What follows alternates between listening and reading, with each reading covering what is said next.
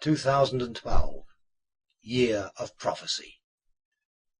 Many ancient civilizations experienced climate change and were destroyed by it. But in their texts and monuments, they left behind their prophecies that the next great climatic upheaval will occur in 2012.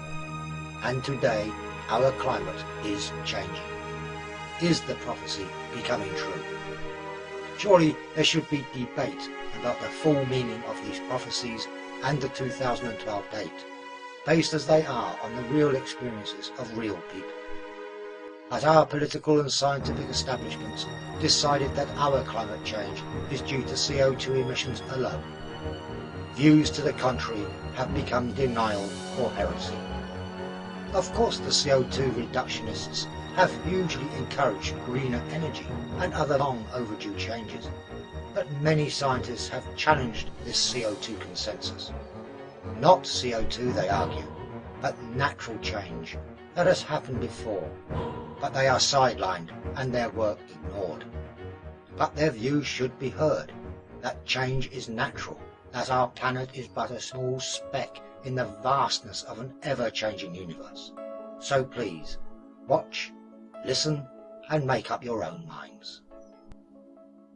If you talk to paleontologists, if you talk to astrophysicists, if you talk to people who have an understanding of natural cycles, you get a different picture. And they are complaining that their view is not getting through. By the time the UN committees have resolved themselves into political summaries, or shall we say summaries of the science for policy makers, what the policy should be, what the policy makers need to understand, the message gets steadily simplified and the dissenting voices are rooted out. So you have a consensus, which in science is rubbish. You don't work with consensus in science. You always have a larger body who believe a particular picture, and then you have a dissenting body who are continually working against that. That is science, and it's very important. And all of the great breakthroughs have come from the dissenting body of knowledge. And you have to fight to get that view through, but you fight through objective presentation of information and facts. When you attach yourself and your reason for being is that certain things are happening, instead of being open-minded and say, hey, yeah, we thought this was happening for this reason, but actually the evidence now shows that it isn't. So we're going to actually change what we're saying here, because we're intelligent people and we want to pursue what's right, not what we have attached to us as a dogma. What is actually happening, however, is that the Green Party is so attached to its global warming and it's terrible and must do something about its greenhouse gases and its pollution, that they don't want to hear that that's not happening, because their reason for being is being challenged.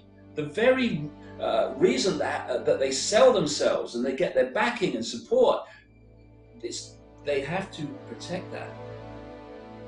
Everything's a vibrational construct, the human body, everything. The situations, organizations are vibrational constructs. And there's this phenomenon they call sympathetic resonance, whereby if you have, say, 3 violins and you make the strings play to a certain note, a certain frequency, you introduce another violin and just put it there and leave it, that violin will start to pick up the frequency from the other 3 and start to vibrate into the same, right? I've seen this happen in politics, and I've seen it happen so often. People go into politics, the political construct, which is the way it works. You call it a blueprint, if you like. This is politics.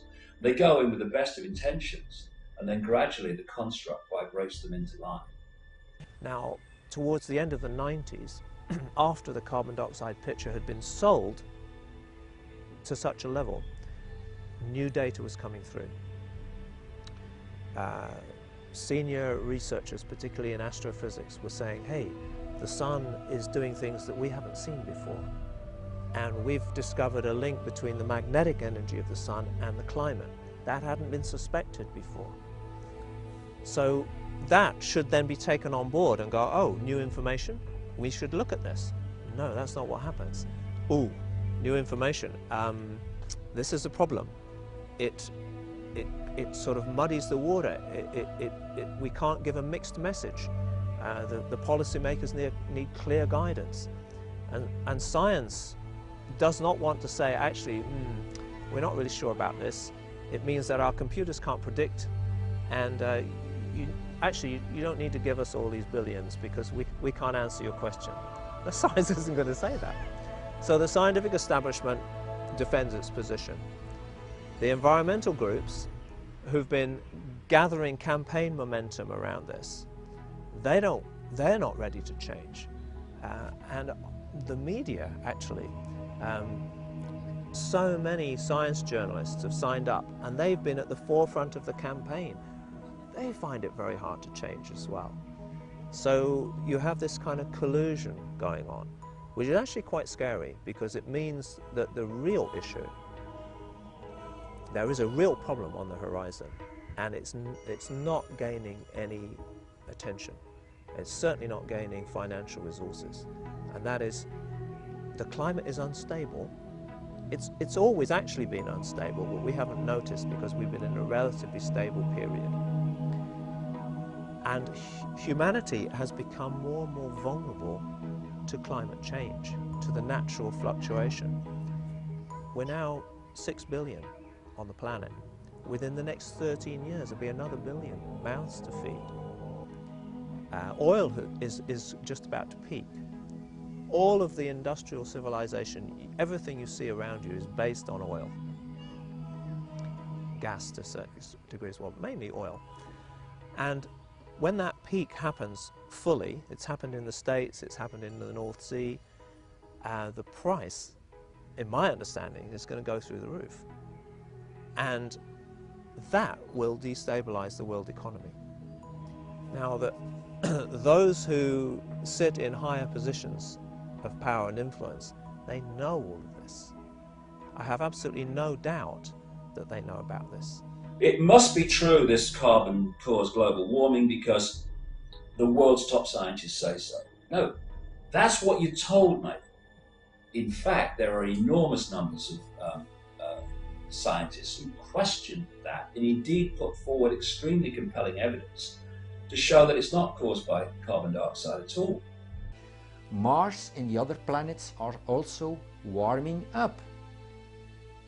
Are they driving a lot of trucks on Mars? Well, I don't see. There are 2 rovers now on Mars. Well, okay, there is climate change. And this theory, in fact, hurts a lot of scientists.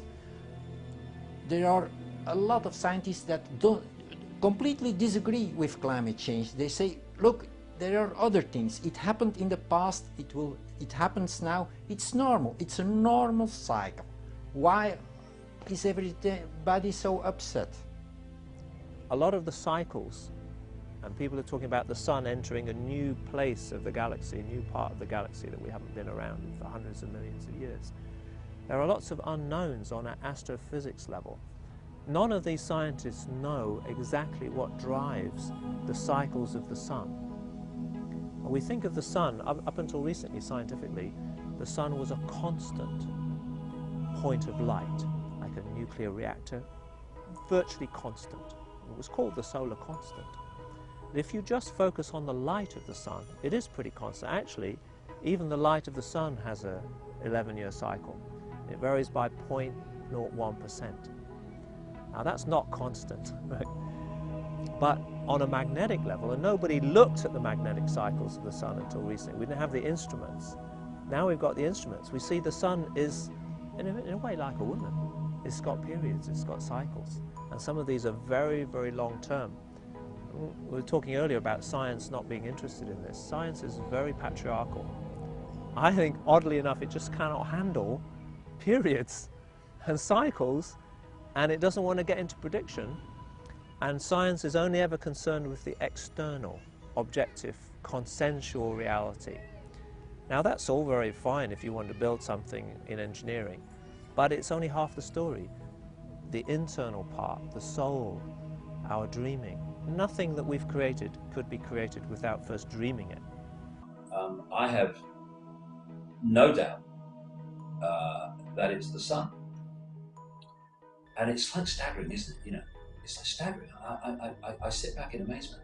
Do you think that the sun getting stronger could affect temperatures on Earth? Do you think that's possible? I've noticed, you know, when I go out in the sun and the sun comes out, it gets warmer. I noticed that. I think there could be some connection here. I mean, please. What's happening here is, instead of looking at this dispassionately, instead of trying to sell a manufactured problem for grotesque ends, we should be saying, hold on a second, what are the effects of global warming going to be? Because we need to start mitigating for those areas of the world that it's going to cause a problem for, and we need to start looking at how we're going to take great advantage of those things, the great things it's going to bring to other parts of the world. Instead of that, we're off on this carbon dioxide thing, and it's taking complete attention away from other things that we could be doing. What we're seeing today in terms of global warming and climate change and all the rest of it that goes with that, I do not believe is being caused by mankind in the emissions from our cars and factories and so on. I don't say that those things are a good thing, far from it. I think it's a disaster that we've used up so much of the Earth's resources so quickly. But those are not what are driving the change of climate on this Earth. It's the sun that's done it. Yeah, it's the sun, and the sun itself is being driven by cosmic forces as well. That we live within a universe of change, and it's foolish of us to think otherwise. When you look at the graphs of what they call sunspot activity, when incredible explosions of energy are being released from the sun, some of them the size of the Earth, some even the size of Jupiter, and that this is a physical expression of increased solar activity and increased solar radiation, which is brought through the solar system on what they call the solar wind. When you see the graph of when you get more solar activity like that, and the graph of Earth temperatures, and then when the sunspot activity falls and the amount of solar radiation being emitted falls, so do the temperatures, right? I think we might be onto something here. If there is one solar flare 2.5 times bigger than the one from 1989 that destroyed the electric grid system in Canada, then the whole worldwide grid system will be completely shut down for at least several years. Solar flares associated with sunspots are the sudden eruption of particles and electromagnetic energy stored in the corona of the sun. Solar activity varies with an 11-year cycle, and at its peak there are typically more sunspots and hence more solar flares. Sunspots are darker, cooler areas than the rest of the sun, and it is when more of these sunspots appear that cause some researchers to theorize that a huge solar flare could hit the Earth with dire consequences.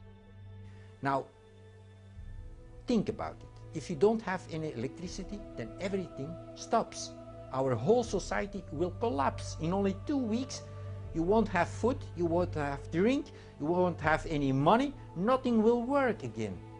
So people will start killing each other only after 2 or 3 weeks. And the societies that have no electricity, they can survive, but we can't survive. This is what can happen without, with a high possibility. And that is also the reason why they are now, have sent so many probes to the sun to see what will happen in 2012, because they are expecting very big problems. They know about it, but they don't want to talk about it up at this moment. However, this planet of ours, the Earth, also has many variables, many factors that could cause or add to climate change. and could alter human behaviour.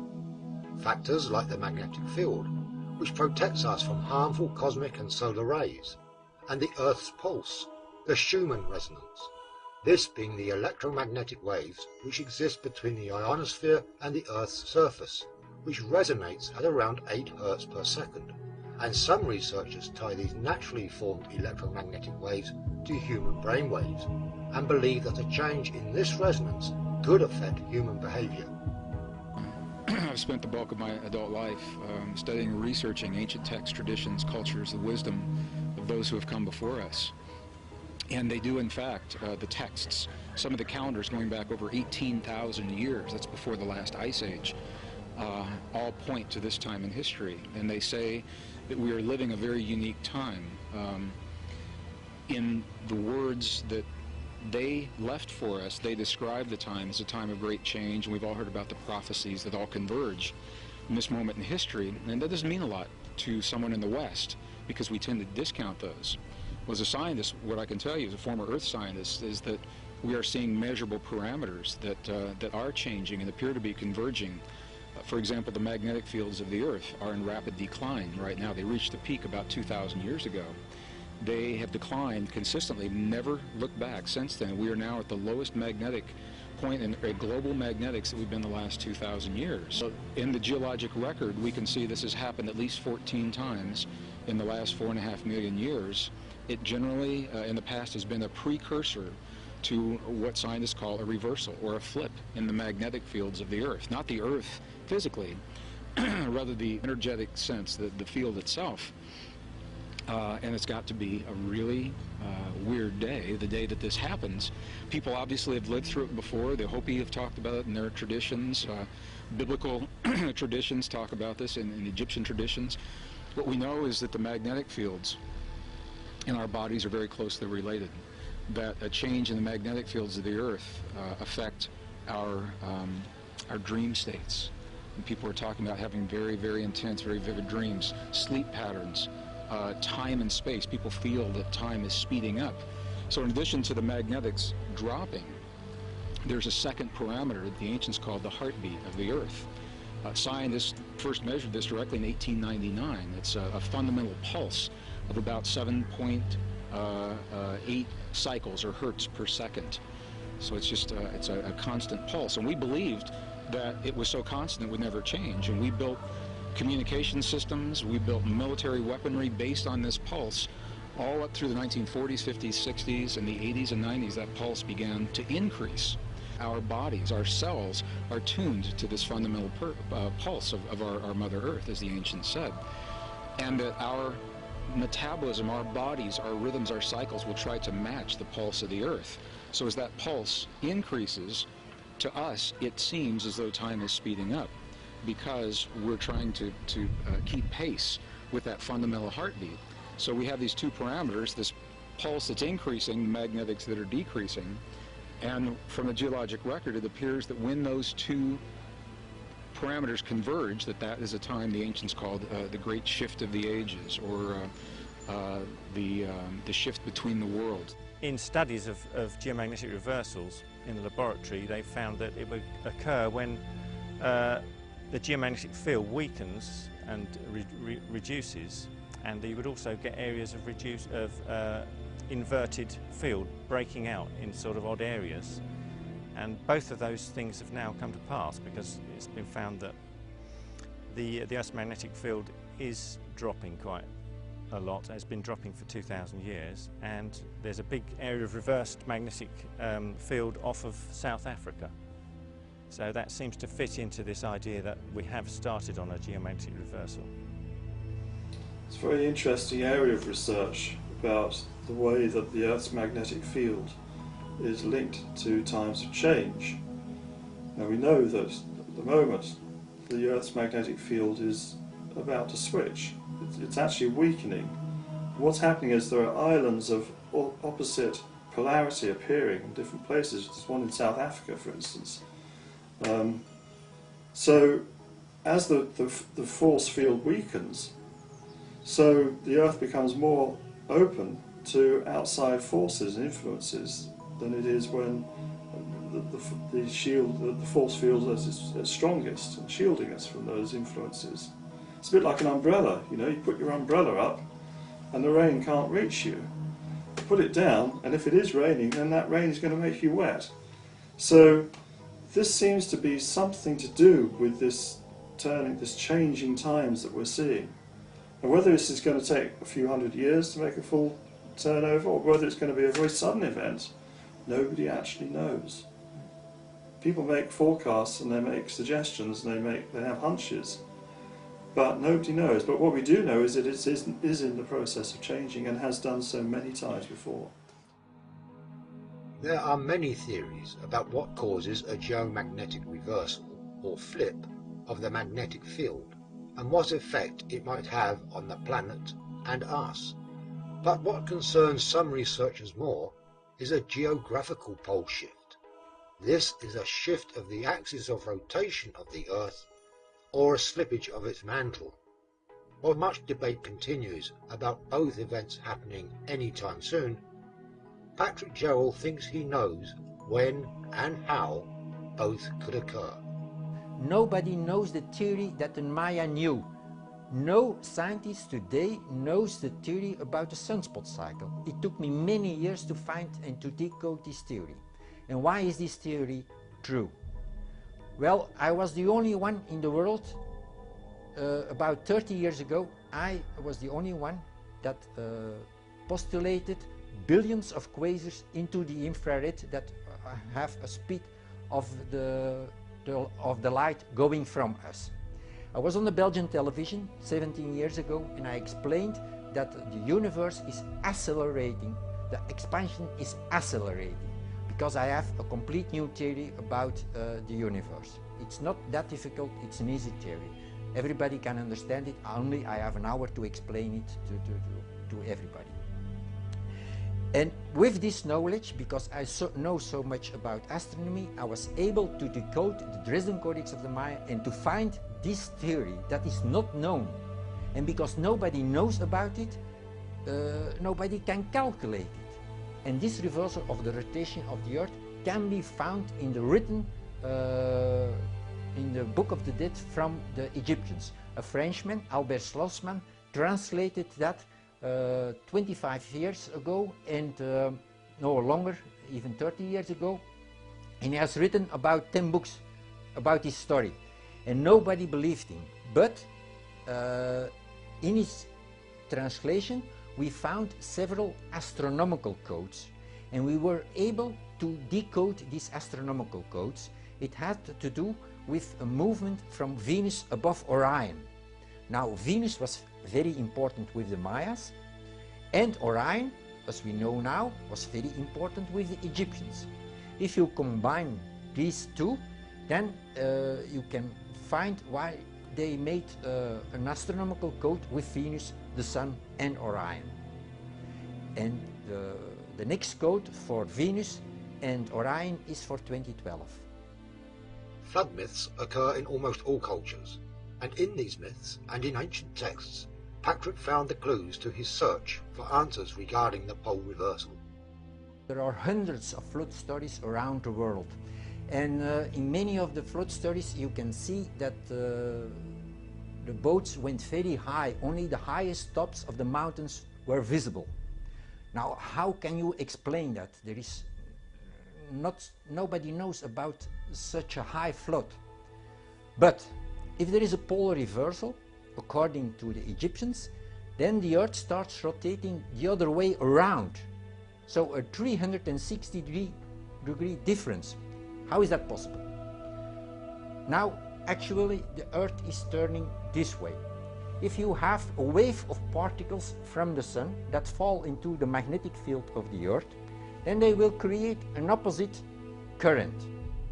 And at that moment, the inner core of the Earth, that is only 1200 kilometers, it will come upside down. When it turns this way, it will turn upside down. So the Earth, in fact, starts rotating the other way around. Now, if you know that at the equator the speed is 1600 kilometers an hour, that will stop in one day. and then it will start rotating the other way around. That is a speed difference of 3,000 kilometers an hour. If you are driving with a car very fast and you stop, you are thrown forwards. The same with the oceans. The outer crust of the Earth, it will stop rotating and then rotating the other way around, but the oceans can't stop. They go just further, and that will give a massive wave from 2 kilometers height. And that is why the story of Noah is true, and why we have to, there are only two survival possibilities in the high mountains or on an unsinkable boat.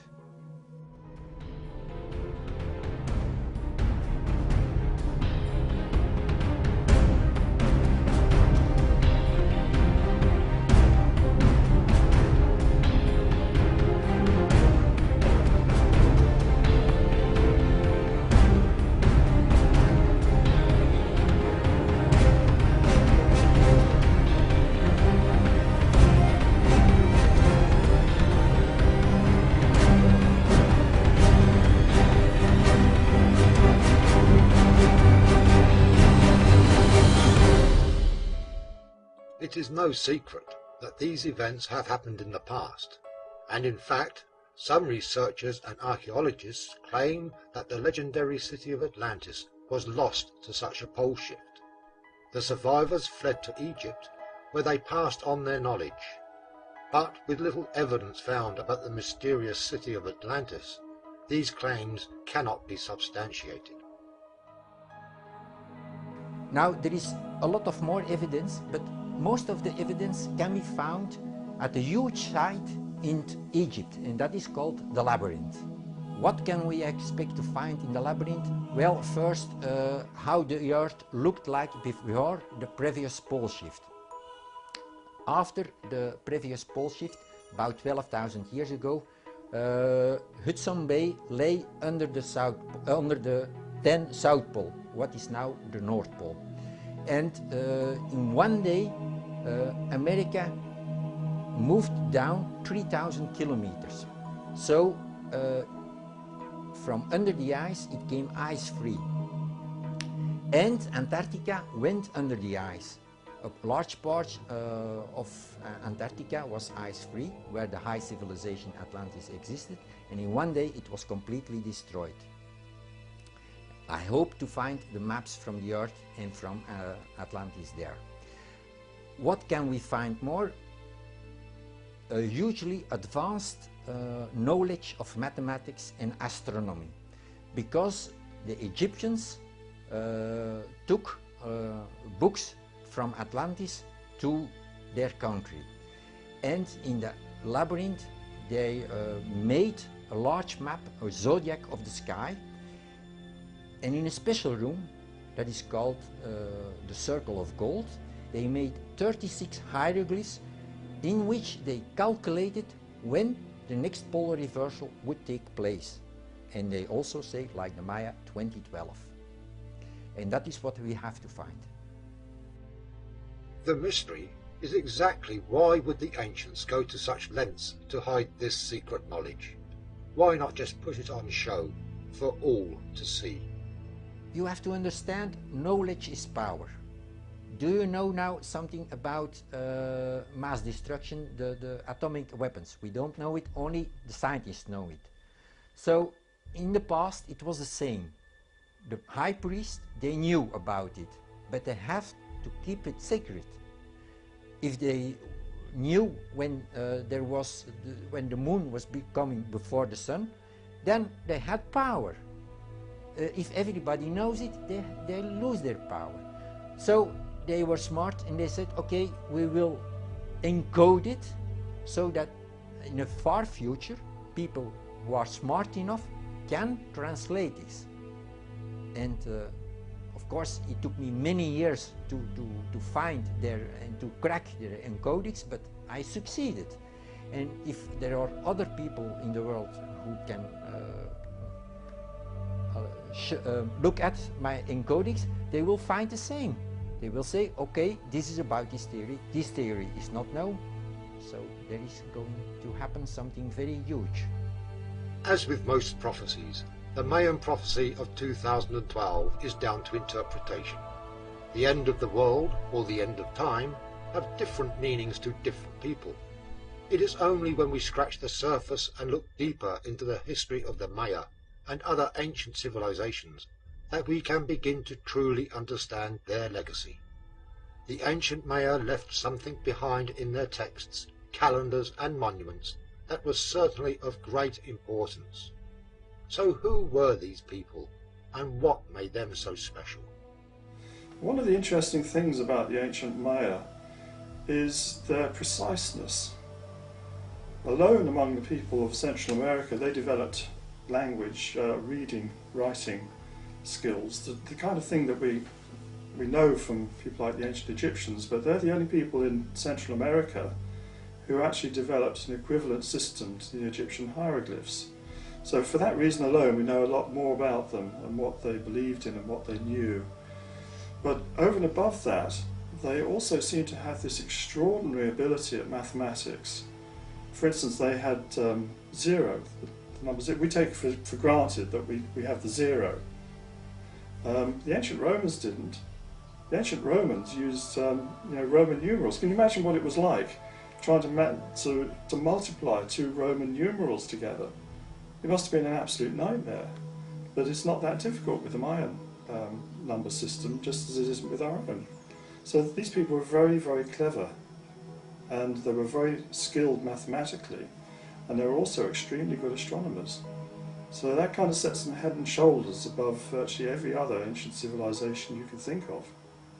When I started getting involved in researching the Maya, it really came out of a love for the Maya people.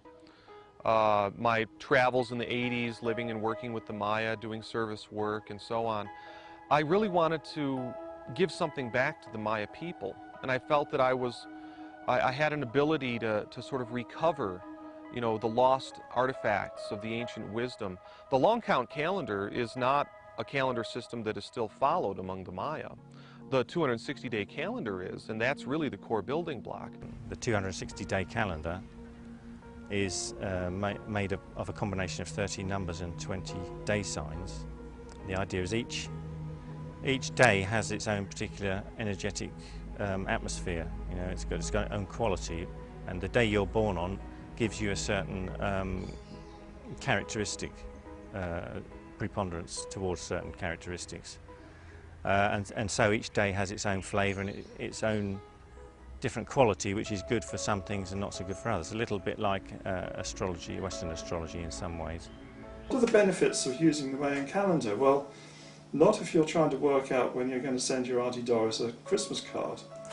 But if you were a Mayan, they kept their calendars not just to record particular events and days and plan for the future, but because each day has a particular name, and each day name is either lucky or unlucky. So they had a kind of astrology going on, as it were, with day names, rather like the Chinese horoscopes, you know, the year of the monkey and day of the monkey, all that. They had their different day names, and you would be named after your day that you were born on, and that would determine your place in life.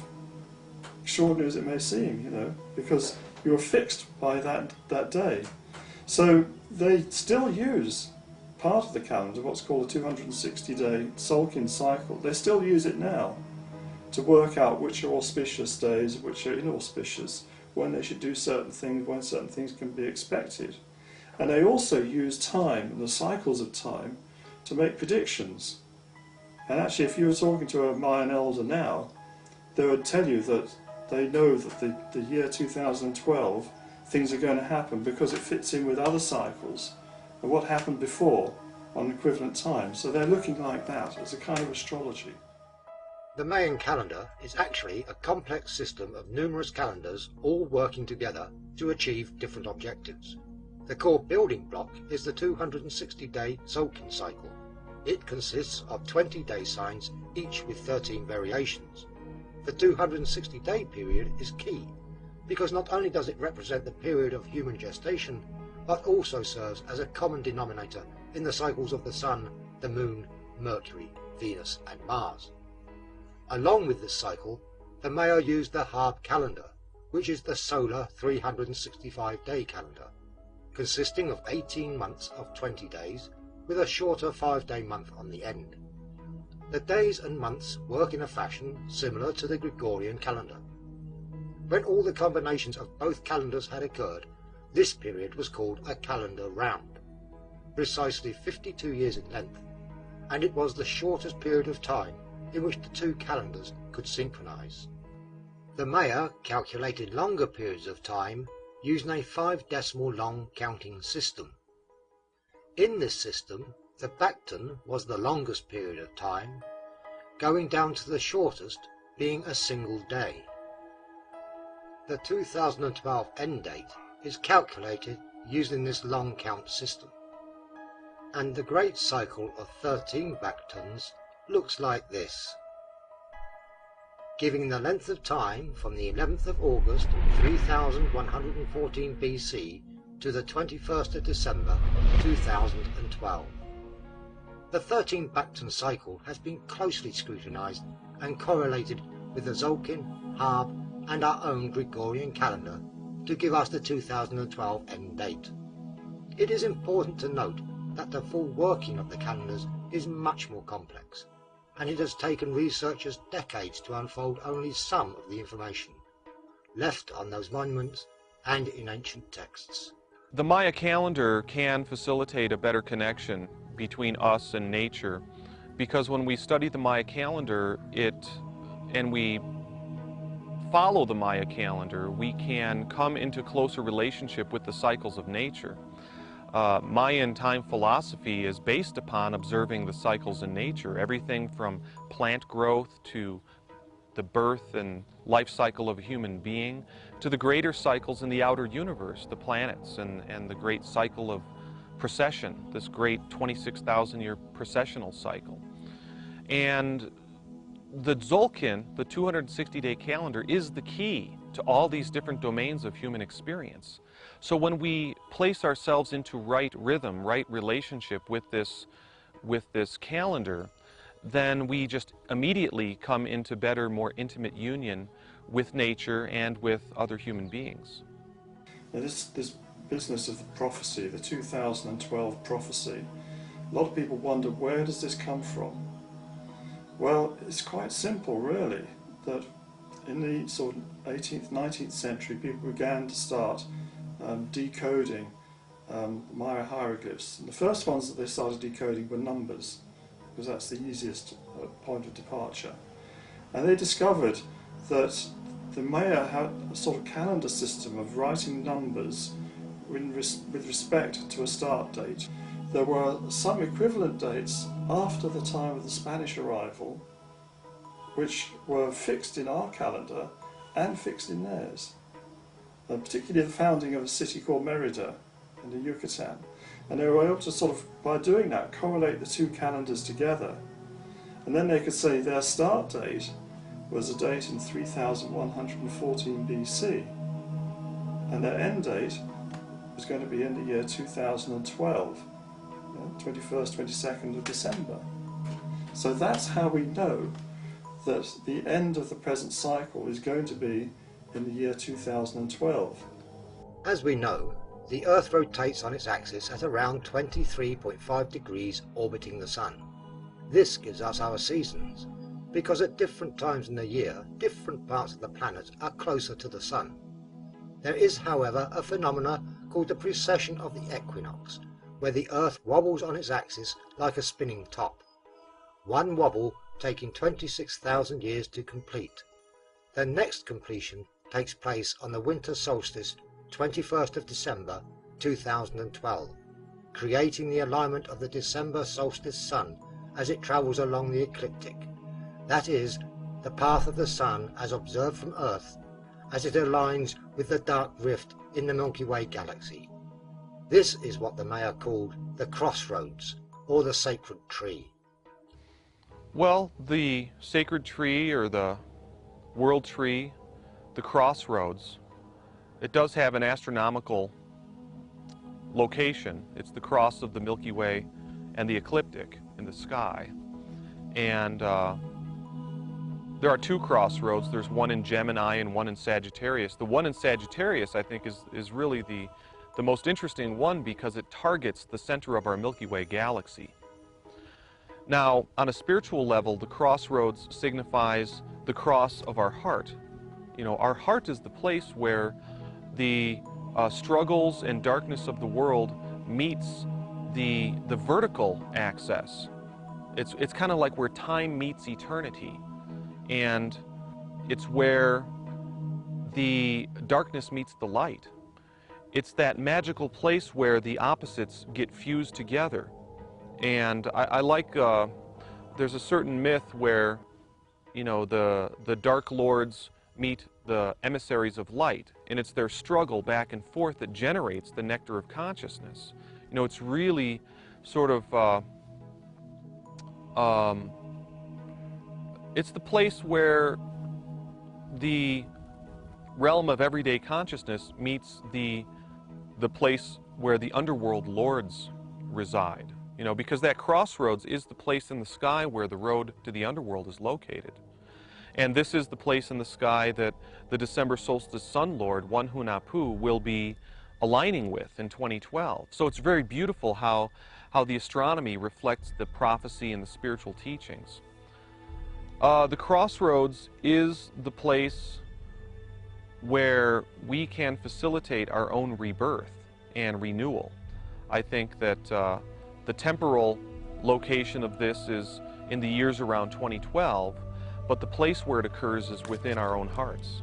Whilst such places as Chichen Itza and Teotihuacan are world renowned for their astronomical alignments, it is a small archaeological site in the Chiapas, named Izapa, that we find images of the coming galactic alignment and more. This long count calendar that gives us the 2012 end date, it seems to have been put in place about 2,100 years ago by this early Maya culture called the Izapan civilization.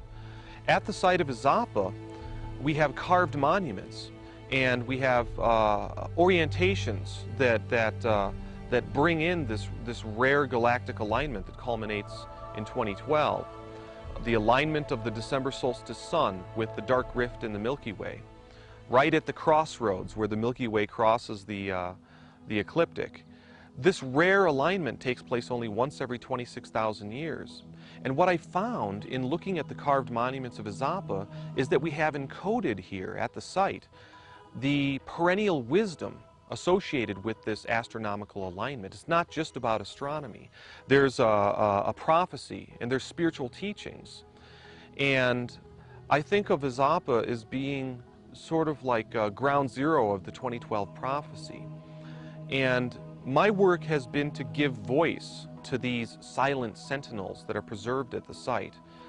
And my intention and my hope is to be a conduit for clarity, and a clarity of bringing back to consciousness this original teaching about 2012. I think it's very important to go right to the source of the revelation, when it occurred, because it seems to be that when a pure download happens and there's this beautiful thing put in place at the very beginning of the Mayan civilization, there is a tendency over time for the original revelation to get diluted or appropriated, you know, becomes codified into religious hierarchies and systems and priesthoods and so on.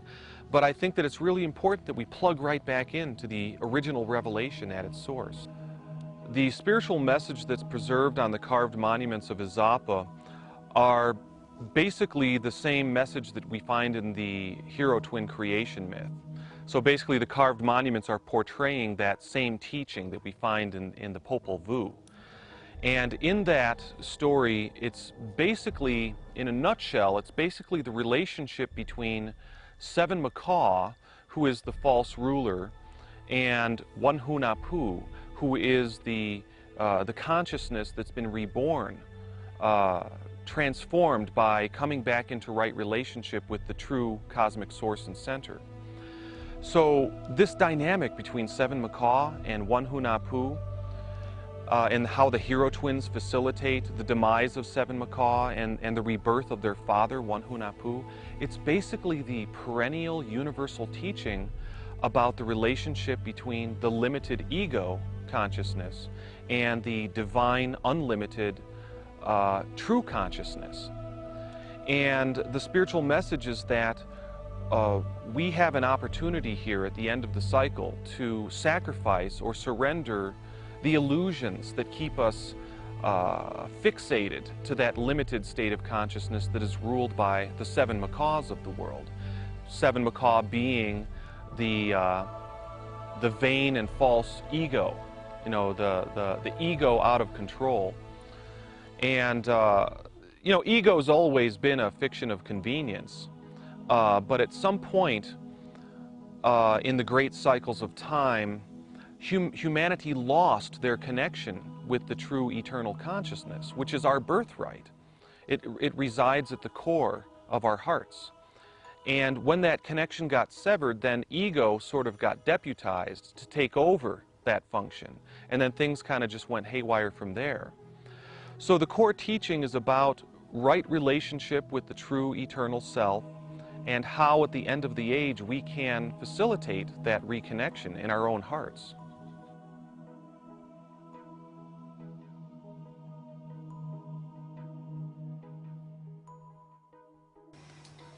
How does the flow of time, how does that relate to the human race? Well, we've been following time, you know, for thousands of years. If you go to Stonehenge, one aspect of it is as a giant clock.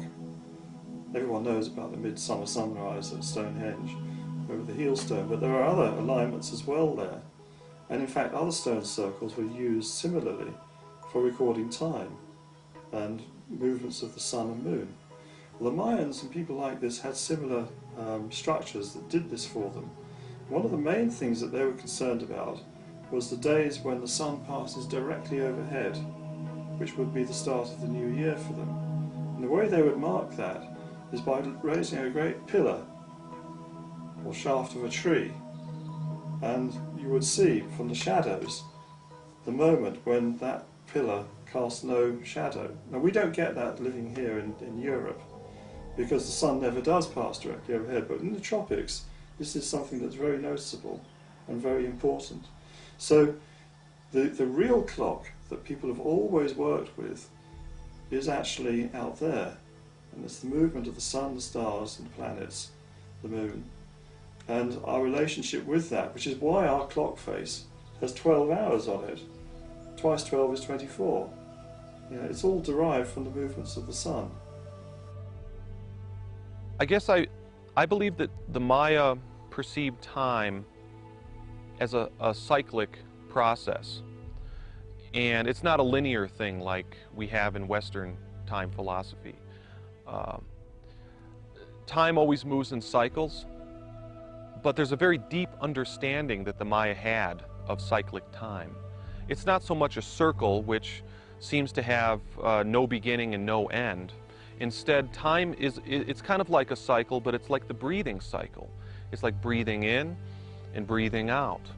It's like moving into closer relationship with the source and then moving out of relationship with the source. And the Maya understood that this kind of understanding of cyclic time brings us into and out of relationship with our true selves. It's very much a part of the cycles of time that there's cycles, there's periods of increasing darkness when humanity is forgetting their true natures, and then there's periods in which humanity is remembering their true natures. And the Mayan insight about this understanding of the cyclic nature of time is that 2012 signifies the turning point in which we are going to stop moving away from being related to our true selves, the infinite, eternal heart of heaven. And instead we're going to turn the corner and have this opportunity to move back into closer, more intimate union with the eternal Creator and our true selves. The beauty of the Maya calendar, especially for Western philosophy or Westerners, is that it provides a sacred dimension to experience. There's a certain quality or characteristic of life in the modern world in which we are disconnected from the sacred dimension. And it's the indigenous wisdom, very nicely and beautifully exemplified in the Maya calendar, that can provide a doorway for us to reconnect with the sacred in our own lives. You have to understand that what we know about the Maya, we know a lot more now than we did even 10, 20, 30 years ago. But there's probably still a lot more that we don't know. And in fact, the Mayan elders themselves tell us this. They tell us that there are things that they know that have been passed down to them by their ancestors, which they were not allowed to speak about, and which they're only now starting to reveal, because we're coming up to this crucial date of 2012. So I personally think it's a fool who thinks we know everything. Yeah, a wise man is always open to discover that he doesn't know anything, that there's much more to learn. Unless we have a radical change of consciousness, that's the future that very large numbers of people seem to be okay with. And that's what I find scary, is a future with no soul. And this is where I personally then leave the scientific and the political, which I'm still active in, and talk to my teachers, the yogis and the shamanic people. And they are saying, Great Spirit will not allow this. It will not allow this deterioration of soul. There's a human project here, and she, the Great Mother, will bring it all down. She is going to wipe the slate clean, and a big change, really deep change is coming. And I don't know what that's about. We've been given a deadline, as it were, of 2012. And you know, I have a Himalayan yogic master, and he's saying the same thing as the Mayans or the Hopi. And they're saying that it will be sudden. And after that, people will be awakened, as if it will be such a huge change that it'll just change consciousness. But at the same time, it is expected that a large part of the world's population will perish.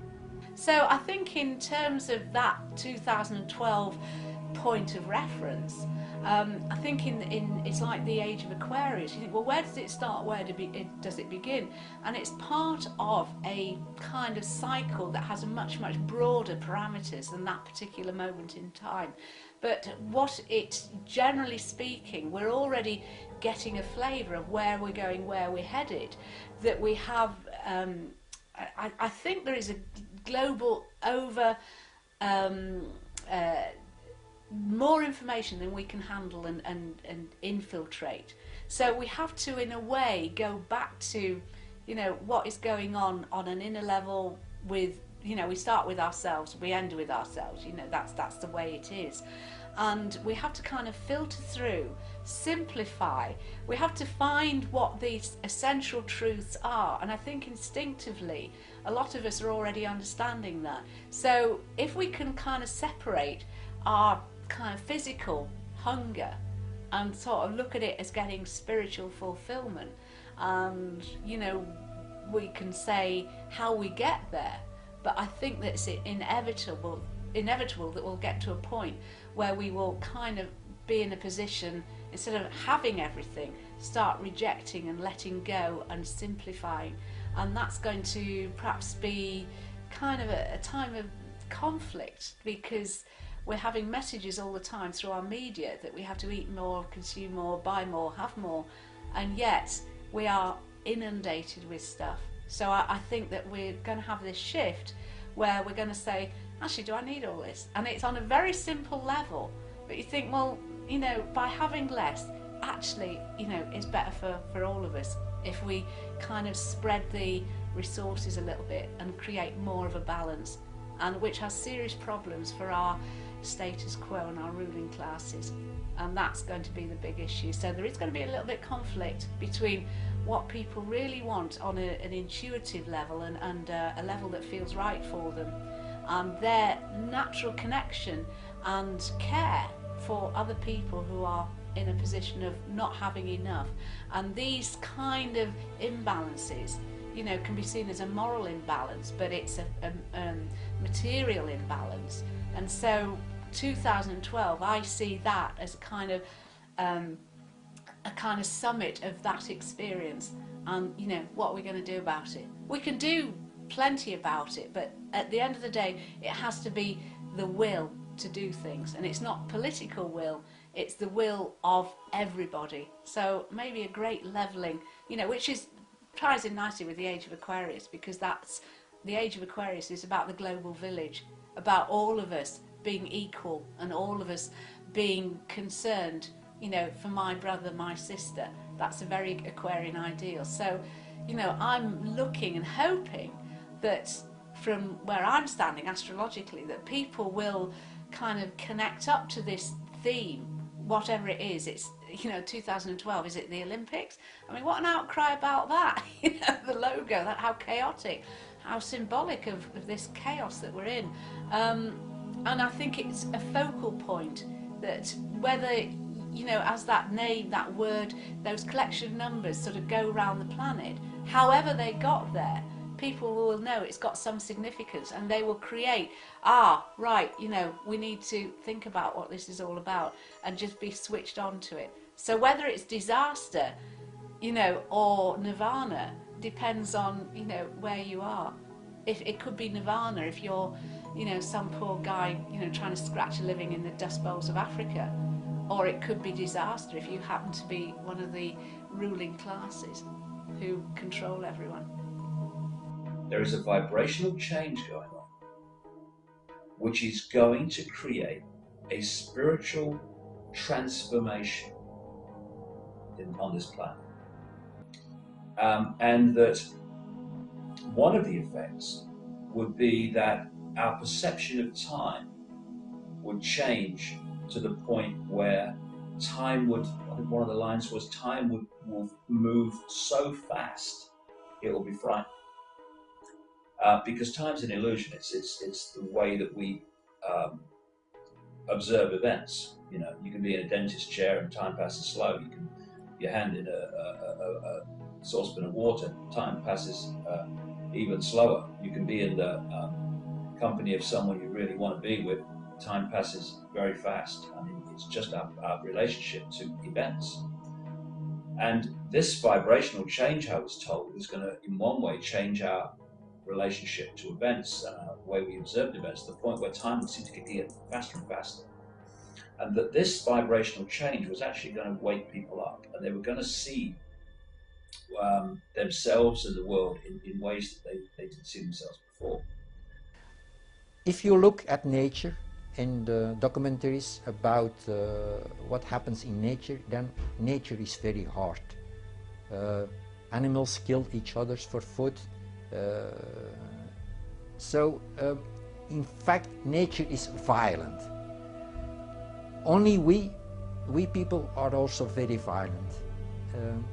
I want to change our habit, and I want to a new civilization based on universal principles. That we don't destroy the earth anymore, that we will not kill other people anymore. This is, of course, a lot of people will say, well, hogwash, he's talking about New Age. This is not New Age. I'm talking about a renewed earth with new principles. And we can restart everything from scratch. How long it will succeed, I don't know. But I hope thousands of years, because in the old writings from the Egyptians, we found that high civilization exists for almost 40,000 years. So that is a long time span. I don't really pay a lot of attention to the various, you know, differences in the scientific theories. I think that's all very interesting.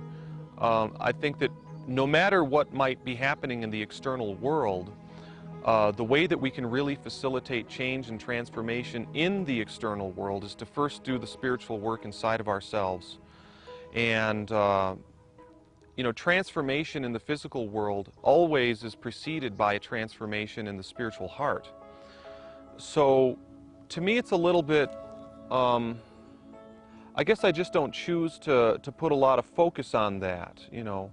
It sort of gets into the ultimate questions of, like, you know, are we immortal beings? Do we have an immortal soul? Do we have an ability to connect into the eternal? You know, what is death? What lies beyond the gates of death? You know, these kind of contemplations and meditations, I think, is what the 2012 challenge represents.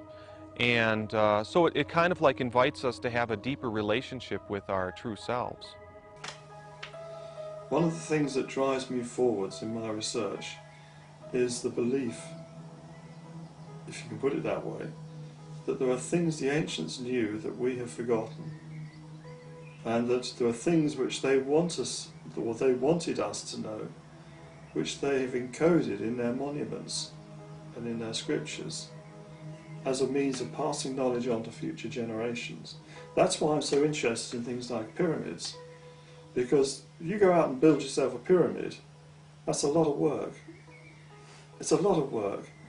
And you're doing it for a reason. One reason you're doing it is that you know it's going to last a long time. And one reason that you want it to last a long time is that you understand there's going to be times of change, catastrophe. Maybe your whole civilization is going to disappear. And you want to pass on your core knowledge to the people of the future. The Egyptians did that. The Mayans did that. We ought to be doing the same thing, actually. This planet has a certain destiny, and the human race has a destiny. We can only do this once. If we flunk this, if we don't make the leap to the next level of civilization, there won't be another chance on this planet. We will begin to see how our sun, and indeed its family of planets, are part of a greater whole, which is the Milky Way, and how that is part of a greater whole, which is the universe in general. And this is all going to be part of this New Age consciousness, seeing our place in the greater society of things, and stopping seeing us as just being this haphazard chance event that you have gathering of gas that makes an atomic explosion of the sun, chance event that some of this matter conglomerates and forms on Earth, chance event that life actually grows on this Earth and evolves to become mankind. You know, all these chance events, you begin to understand that there is consciousness behind this, and that this is something which is being driven by higher powers than us. Whatever the year 2012 brings, the message embedded within it is predominantly one of hope, that we will once more tread lightly upon this precious earth, become better people, by understanding the legacy our ancestors have left us. We must learn to question all that we are told to think, to feel, to believe. Learn to question our history, and, along the way, be ready for some surprises.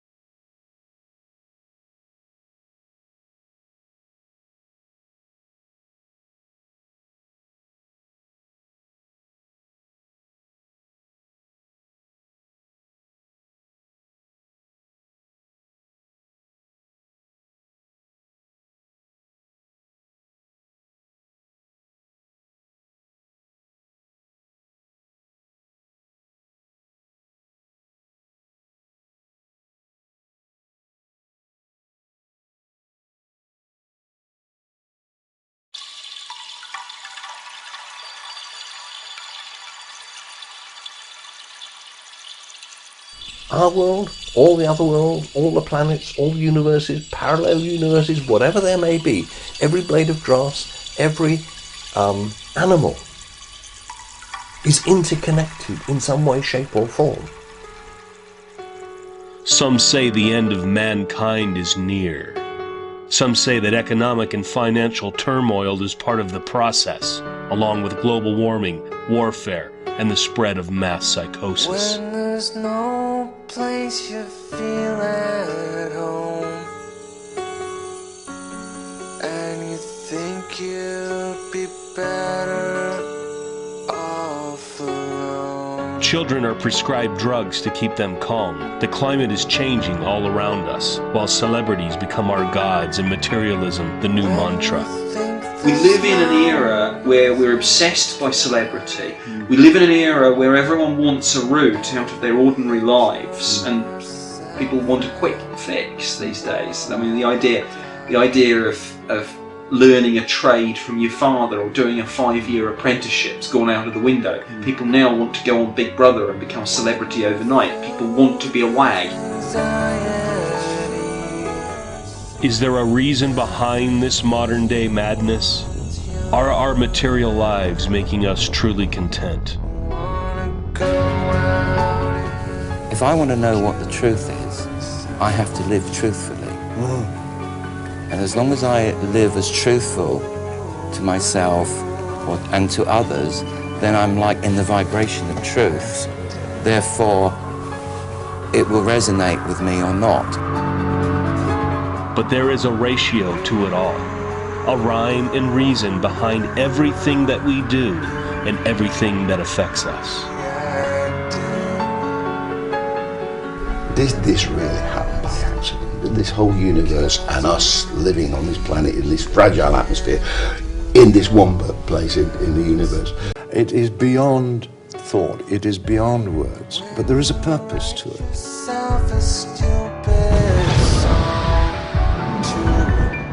Once people start connecting with what they think and what they believe, once they start taking the more innocent point of view that their ancestors took, I think there is still hope for the survival of this human race.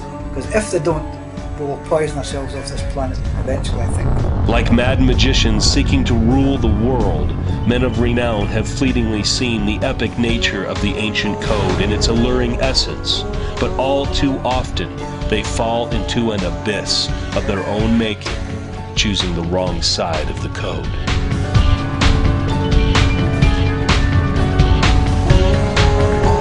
But today we too have missed the point in our everyday complacency. We choose to exist in a waking sleep. We spend time naming things and separating them, classifying endless parts and pieces without remembering the whole, the one from which all things come. It needs no hatred nor warfare. It needs no drugs. It simply is.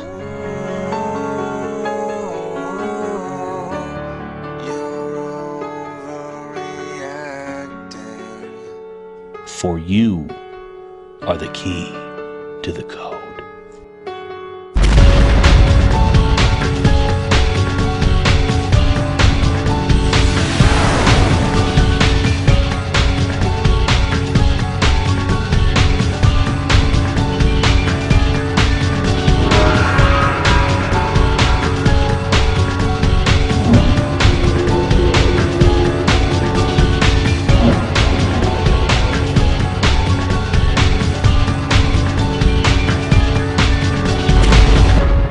Once you've found that point of connection in yourself, where you are part of nature, part of the world around you, and it is part of you, then no secret, no quantum physics, quantum spirituality can get anywhere near that point of unique connection, because you've found yourself and you've found your own God within yourself.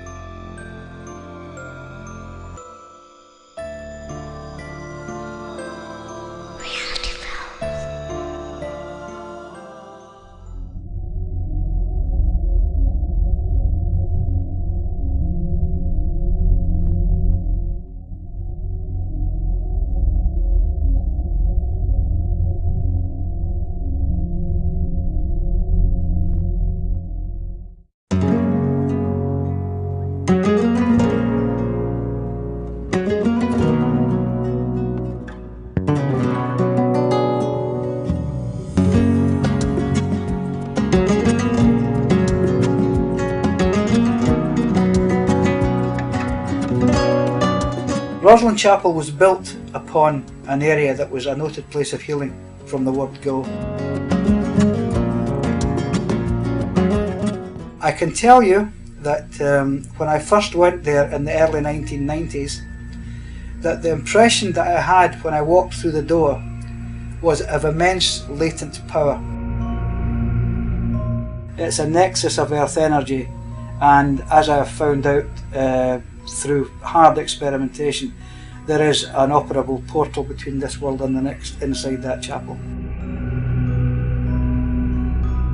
It wasn't just another building, it was a powerhouse of spirit, it was a powerful place.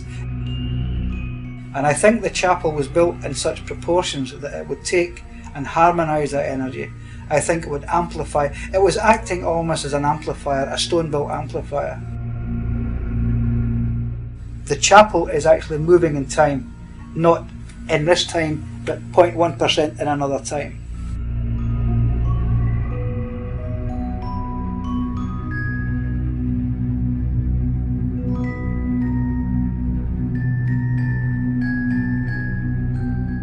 I was asked, would I like to experience this energy? I literally came off the floor. It wasn't feet off the floor, maybe half an inch. I actually lifted from the floor, fell forward. I was absolutely amazed, I was completely astounded. I hadn't a clue what had happened. So you could see the faces on the other side. They wanted to be brought through to this side of reality.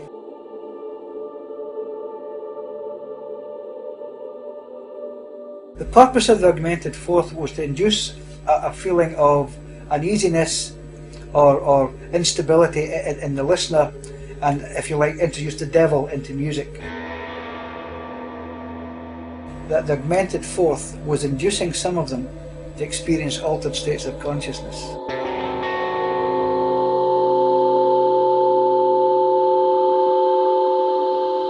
Why would Sir William go to all the trouble of introducing this devil's chord?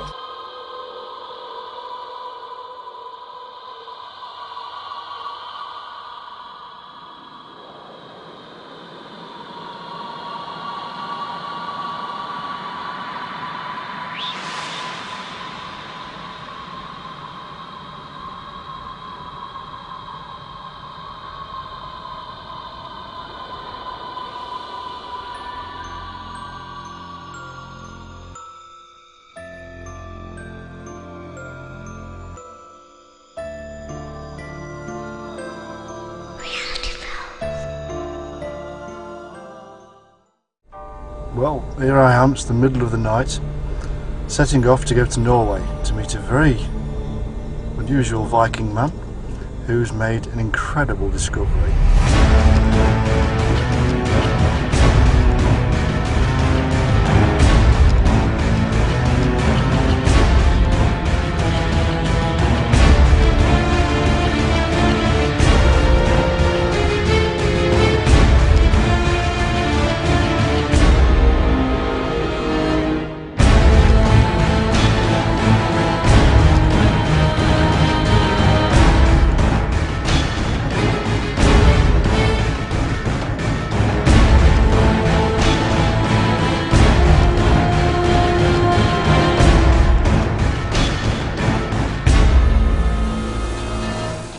This is really quite exciting. I mean, they produced, dare I say, a talisman on a very, very grand scale. I mean, it's so huge that it's quite unbelievable. You have to have the knowledge, and you have to have, of course, the golden mean, because this is the key to the whole thing, really. And without it, you would never find it. But when you know that that is the key, you can unlock it and you can find the design.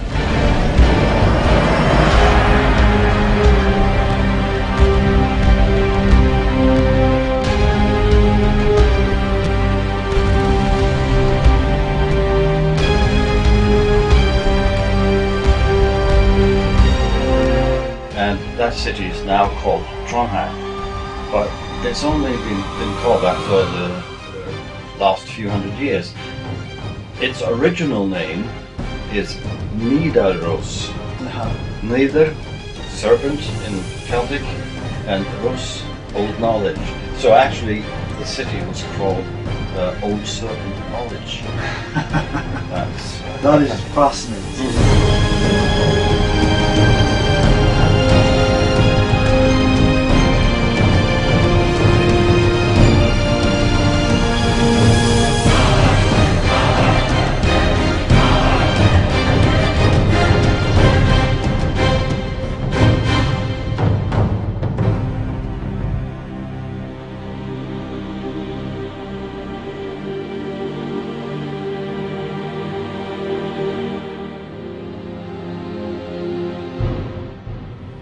What Harold's discovered is remarkable. It's massive. It's as big as the Great Wall of China or the Great Pyramids of Egypt. But it's something that had to be hidden. He discovered a circle on the ground that measured 666. He discovered a pentagram upside down. And he discovered the serpent. 3 images that we are told and have been told for an awful long time are symbols of evil. But this isn't the truth. The truth is that these are symbols of wisdom, symbols of greater knowledge. And that's what I leave Norway with.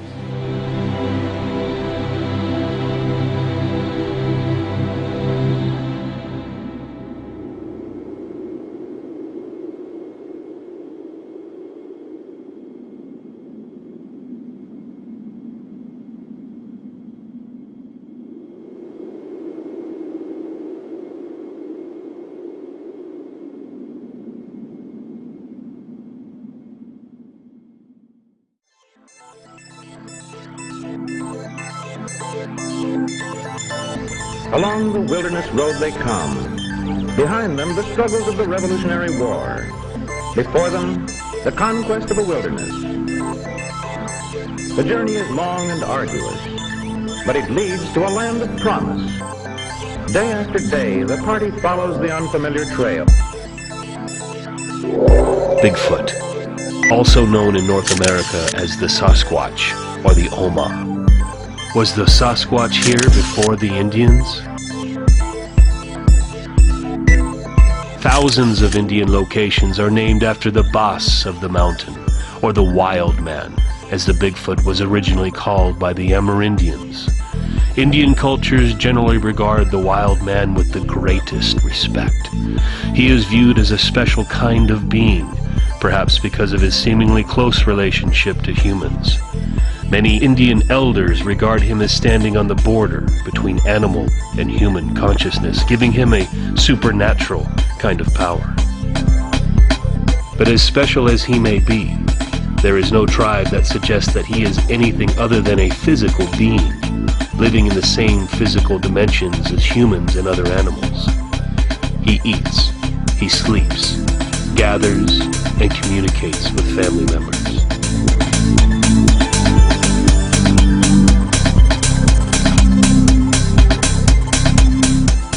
It seems that the wild man may indeed be of a varied and widespread clan, encompassing every continent of the world. They all have one very distinct trait in common: an exceptionally big human-like foot.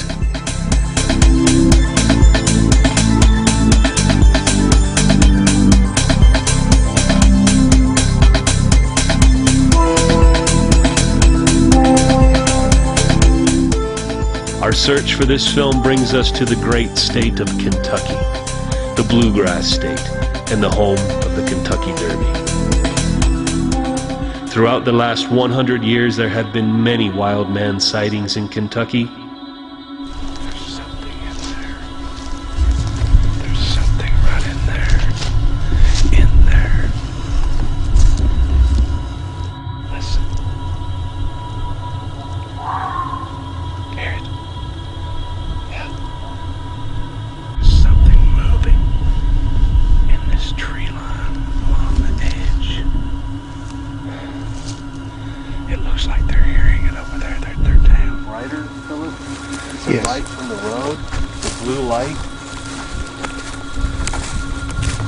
it's getting brighter and brighter and brighter.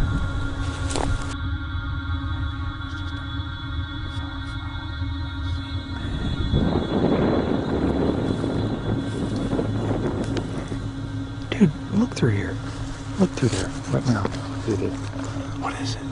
You can't see it, but the camera picks it up. Holy shit. Let me see. Look at that. Look at that.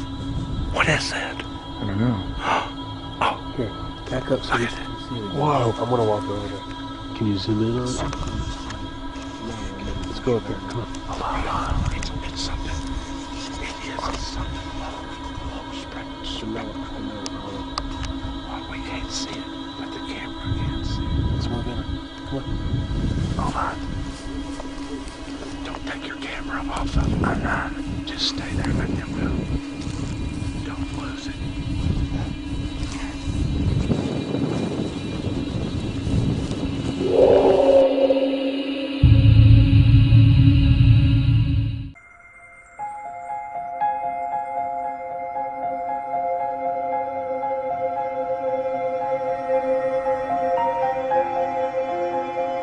For those who have stepped forth into the enigmatic and complicated world of UFO research, they know that it is rife with division.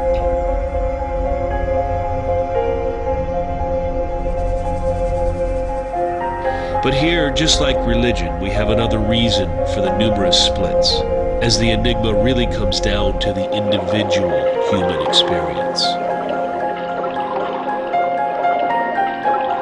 There are many who have claimed that they have been visited by aliens or beings from other dimensions.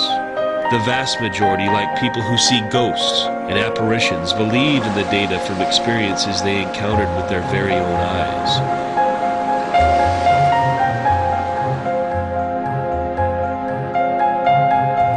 The unconscious mind remains a mystery because we are simply not conscious of it. We must imagine what it is like inside this huge domain on the other side of our daily realities.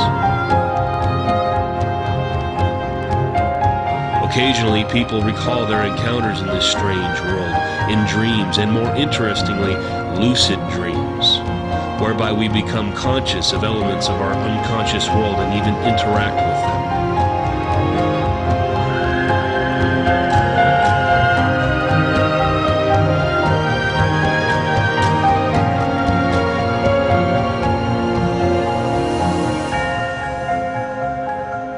If we remain neutral, then we avoid excluding any possibilities that have yet to emerge in our conscious and unconscious minds. We avoid putting ourselves into any framed paradigm, as in the case of science and logic. Perhaps we need to abandon any previous notions or ideas about this phenomenon to gain headway into the unknown. What are the UFOs? Are they emanating from ourselves? Are they here only because we have the capacity to perceive them? Perhaps they are ancient archetypes that we have forgotten within the sands of time. Whatever they are very real to the experiencer. They are real to countless thousands who encounter them more and more each year as the sightings continue to multiply. What are they trying to tell us?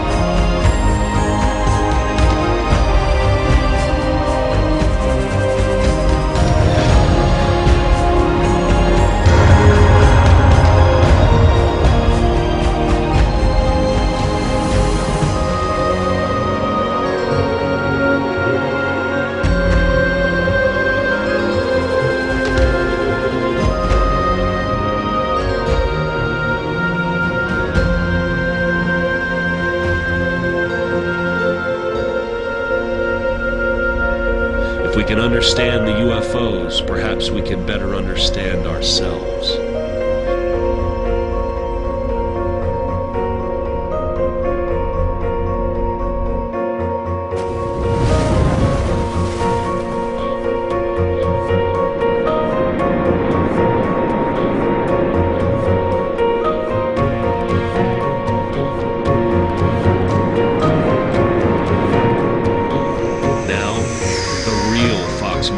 existence free of the demands placed upon him by government? What are his opinions on ancient astronauts, black technology, and the psychology of belief in UFOs? And last, but not least, aliens.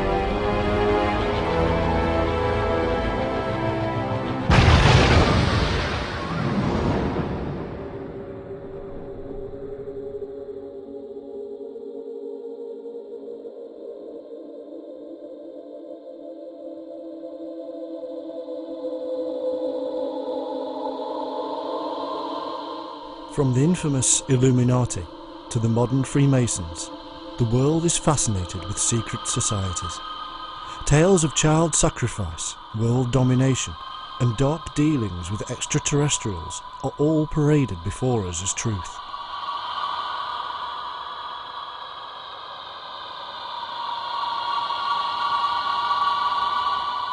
The New World Order, famously penned by the science fiction writer H.G. Wells, has become a reality in the minds of millions, and today its leaders are even believed by some to be reptilian shapeshifters.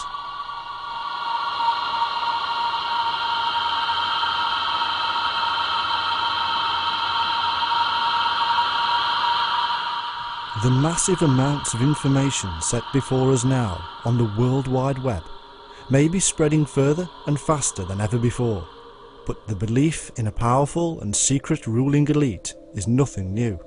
In fact, secret societies have been around almost as long as man.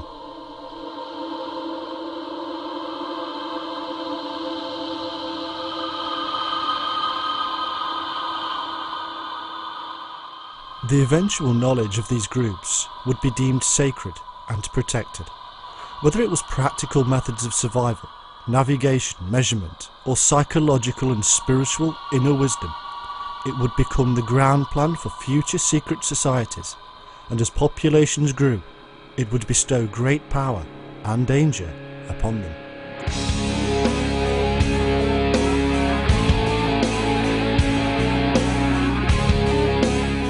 It all began in the knowledge of the heavens and the mind of man. It all revolved around strength, and so our question has to be today: what is the true purpose of the modern elite within the Brotherhood?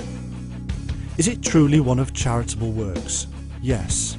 Does it still maintain ideas about reaching the divine in balance and wisdom? Yes. Is it an organisation seeking influence and power? Yes. Has it been involved with revolution and scandal? Yes.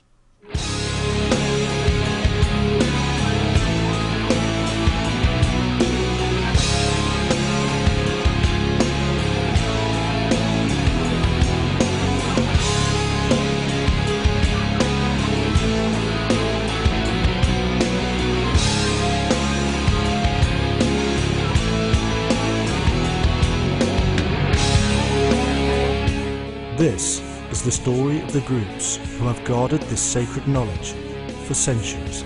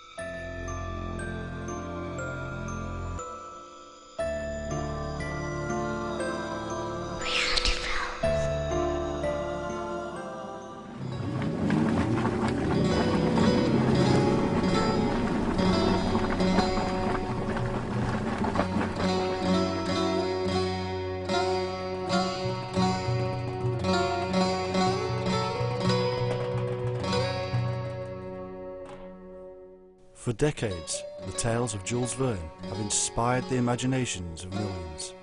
Whether from books or films, cartoons or computer games, the stories of adventure and scientific fiction have seeped into the culture of the globe.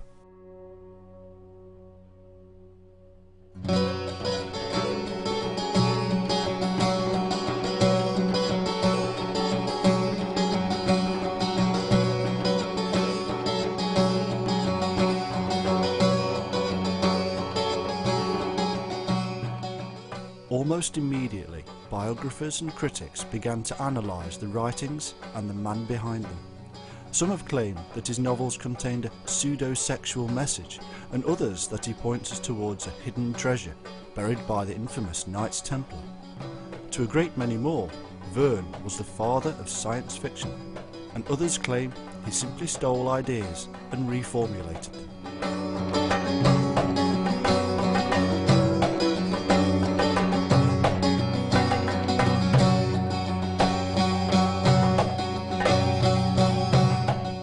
But what is the truth? Was Jules Verne trying to relay a message? Or were his books just simple fiction for children? Was Verne a masterful genius, or a storyteller with an overactive imagination?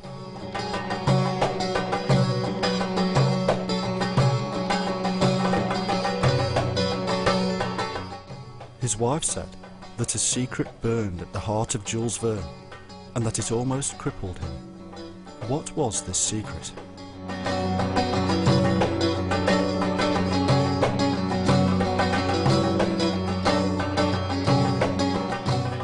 This work investigates the man himself and those that surrounded him in order to discover the truth. We look closely at his most famous extraordinary journeys to try and discover the key to unlock the mysteries of Jules Verne. What we discover opens up a world of ancient secrets like never before.